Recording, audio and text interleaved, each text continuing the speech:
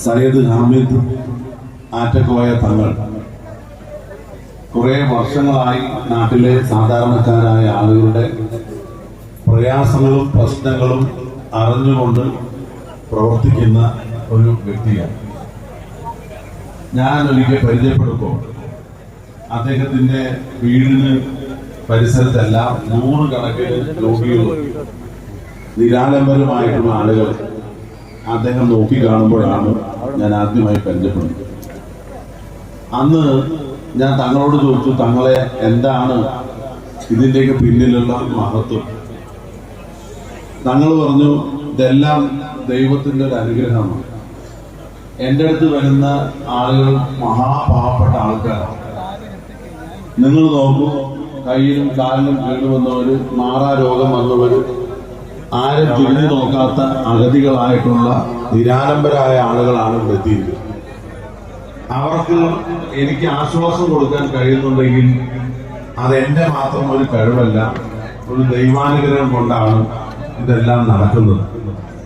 എനിക്ക് തോന്നിയിട്ടുണ്ട്, അനവധി ഡോക്ടർമാരെയും ആശുപത്രിയിലൊക്കെ പോയിട്ടുള്ള പൊതുപ്രവർത്തകരായ ഞങ്ങൾക്ക് ഇത്രമാത്രം ആളുകൾ ഫീസൊന്നും കൊടുക്കാതെ അവരുടെ അസുഖം മാറാനും അവർക്ക് ആശ്വാസം കൊടുക്കാനും നല്ല വാക്കുകൾ പറഞ്ഞവരെ സമാധാനിപ്പിക്കാനും ഒരു വ്യക്തിക്ക് കഴിയുക എന്ന് വെച്ചാൽ തീർച്ചയായിട്ടും അതൊരു ദൈവാനുഗ്രഹം തന്നെയാണ്. അനവധി സമൂഹ വിവാഹങ്ങളിൽ ഞങ്ങളൊക്കെ പങ്കെടുത്തിട്ടുണ്ട്.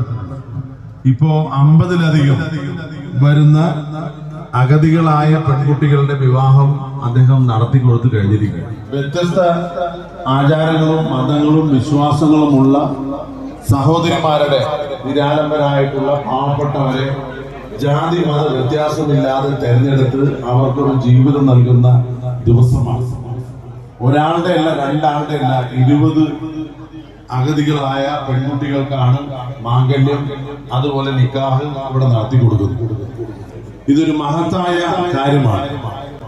സമൂഹ സേവനം എന്ന് പറയുന്നത് നമ്മുടെ സ്വന്തം കാര്യം നോക്കാനല്ല, സമൂഹത്തിലെ അബലരായിട്ടുള്ള, അരശരണരായിട്ടുള്ള, നിരാലംബരായിട്ടുള്ള, നിസ്സഹായരായിട്ടുള്ളവരെ ചേർത്ത് പിടിക്കുക എന്നുള്ളത് ഏറ്റവും മാതൃകാപരമായ കാര്യമാണ്. തങ്ങൾ എപ്പോഴും പറയുന്നത് പോലെ തങ്ങൾ ഒറ്റയ്ക്കല്ല, തങ്ങളുടെ മക്കളാണ്, തങ്ങളുടെ ജനങ്ങളാണ് തങ്ങളുടെ ശക്തി എന്ന് അക്ഷരാർത്ഥത്തിൽ തെളിയിക്കുന്ന തരത്തിൽ 10,000-കണക്കിന് പേര് ഇവിടെ സംഗമിക്കുന്നു, ഈ പ്രാർത്ഥനയിൽ പങ്കുചേരുന്നു എന്നുള്ളത് തങ്ങൾക്കും തങ്ങളുടെ ട്രസ്റ്റിനും ഭാവിയിലേക്ക് പ്രവർത്തിക്കാനുള്ള ഒരു പ്രചോദനമാണ്. ഈ പ്രാർത്ഥനയാണ് ഇനിയുള്ള നാളുകളിൽ